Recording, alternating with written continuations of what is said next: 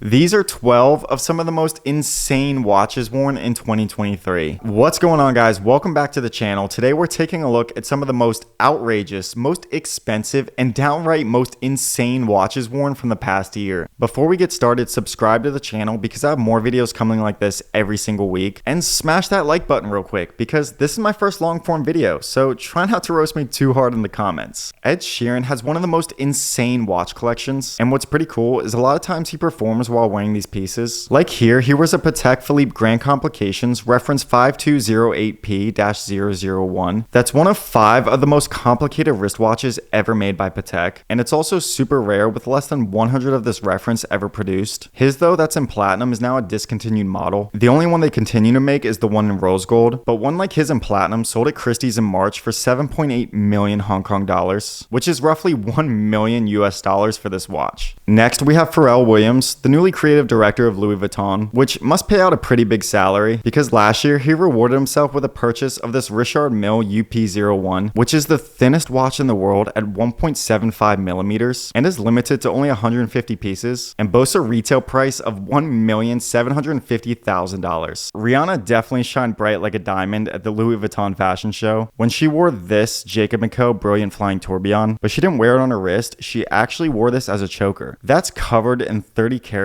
of Piguet cut white diamonds and has a retail price of $670,000. Jay-Z flexed on everyone at the Grammys when he wore this Patek Philippe Grandmaster Chime, reference 6300G-001. This piece is made out of white gold, has 2 faces, over 1,500 parts, and 20 complications. It's said that over 100,000 hours over 8 years were devoted to the development of this watch. Perhaps that justifies the retail price just a little of $2.5 million. But here's one in blue that's reselling close to $8 million. Here, Jack Dorsey, the founder of Twitter, casually rocks one of my grail watches, the Cartier Crash Skeleton in rose gold. That's only limited to 67 pieces and has a retail price of around 80 grand, but are reselling on the market for a few hundred grand. I've read somewhere in the ballpark of 300,000. And yes, when I'm one of the 67 owners of this watch one day, I hope to rock it just as casual as Jack Dorsey is here. Bernard Arnault, the second richest person in the world with a net worth of roughly $200 billion, who owns LVMH that owns companies like Tiffany, Louis Vuitton, Dior, and a bunch of others. Well, here he wears a piece unique, one of one, made specifically for him, a Tiffany dial Patek Philippe Nautilus perpetual calendar rumored to be in white gold. If you're familiar with the regular Tiffany Nautilus, the one of 170 pieces that sell for around $2 million bucks, well, you can imagine what his piece unique would sell for if it ever came to market. But I wouldn't hold my breath on that because it's not like he's needing the cash. Rick Ross, the boss, broke the internet when he posted this video of him picking up a $20 million watch. This watch is made by Jacob & Co. and called the Billionaire Timeless Treasure that has a total of 425 yellow diamonds weighing in at a total of 216 carats. Apparently these yellow diamonds occur only once in every 10,000 diamonds, making them one of the rarest diamonds on earth. But for 20 million bucks, I think I'm gonna pass on this one. I'm also like 20 million short, but big respects to the boss because these Wingstops must be paying off. If I learned anything in 2023, it's that cricket pays. Hardik Pandya is one of the most popular and highest earning cricket players. Here he's on vacay wearing this platinum Patek Philippe Nautilus with an emerald bezel as well as emerald hour markers that are reselling on the market for close to $2 million.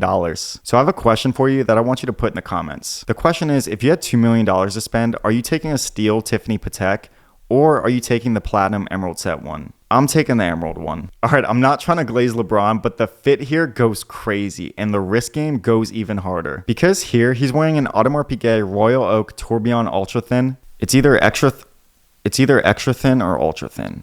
Let me see. Extra thin. So I was wrong. Okay, let's run it back. Here he wears an Audemars Piguet Royal Oak Tourbillon Extra Thin. It's called Extra Thin because the case is only 9 millimeters, as well as the case is made out of rose gold, and the bezel is made up of 32 baguette cut sapphires, and the hour markers are made up of rubies. I have no idea what these retail for, but the market price on these right now are over $500,000 bucks. This is one of my favorite watches from AP.